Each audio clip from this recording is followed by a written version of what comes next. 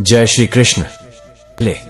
अगर आप भी मानते हैं कि श्री कृष्ण की वाणी जीवन बदल सकती है तो इस वीडियो को लाइक कीजिए, चैनल को सब्सक्राइब कीजिए और कमेंट में लिखिए राधे राधे।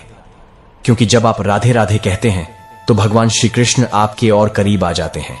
अब आंखें बंद करिए, एक गहरी सांस लीजिए और मन में बस एक भाव रखिए, श्री कृष्ण मुझे सुन रहे हैं। भगवान श्री कृष्ण बहुत बार हम कहते हैं मेरे साथ कोई नहीं है, लेकिन क्या आपने खुद को कभी पूरी तरह से अपनाया है? कभी अपने मन से दोस्ती की है? श्री कृष्ण ने कहा, जिसने अपने मन को जीत लिया वही असली योद्धा है। महाभारत में अर्जुन युद्ध भूमि में खड़ा था। सामने अपने गुरु, अपने भाई, अपने परिवार के लोग थे। कांपते हाथ, डगमगाता मन।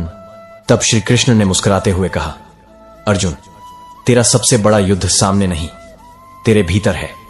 और जब अर्जुन ने अपने भीतर के डर को हराया तभी वो असली वीर बना।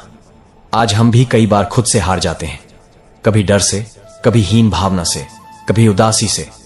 लेकिन याद रखो, तुम्हारा सबसे बड़ा साथी तुम्हारा मन है।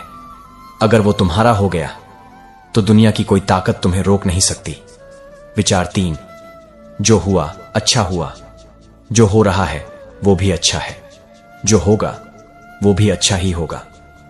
भगवान श्री कृष्ण ये बात जब पहली बार सुनते हैं तो थोड़ा गुस्सा आता है, क्योंकि जब बुरा हो रहा हो तब कैसे कहें अच्छा हो रहा है। लेकिन श्री कृष्ण की ये वाणी सिर्फ दिलासा नहीं है, ये गहरा सत्य है। एक युवक को बड़ी नौकरी मिली थी, पर ज्वाइनिंग से ठीक पहले उसका एक्सीडेंट हो गया। नौकरी चली गई, वो हताश हो गया। कुछ महीने बाद उसी कंपनी में घोटाला हुआ और सारे कर्मचारी जेल चले गए। वो बच गया क्योंकि एक्सीडेंट ने उसे रोका था।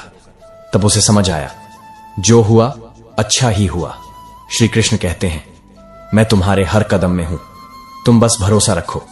तुम्हें जो नहीं मिला वो शायद तुम्हारे लिए नहीं था, और जो आएगा वो सही वक्त पर आएगा। विचार 4, इंद्रियों पर नियंत्रण ही सच्चा बल है। भगवान श्री कृष्ण आज का इंसान बहुत कुछ जानता है, लेकिन खुद को नहीं जानता। जानता है मोबाइल कैसे चलता है, गाड़ी कैसे चलती है, मशीनें कैसे काम करती हैं, लेकिन यह नहीं जानता कि उसका गुस्सा कब फट जाएगा या लालच कैसे उसे गिरा देगा। श्री कृष्ण ने कहा, जो अपनी इंद्रियों को जीत लेता है वही असली विजेता है। महाभारत में दुर्योधन ताकतवर था, संसाधन उसके पास थे, लेकिन इंद्रियों का गुलाम था।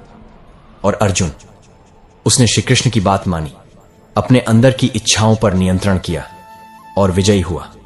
हम भी रोज ऐसे युद्ध लड़ते हैं, मोबाइल का लालच, क्रोध, वासना, जलन।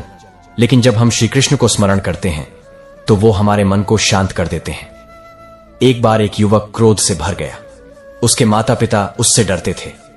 एक दिन उसने गीता की यह पंक्ति पढ़ी, जो क्रोध में है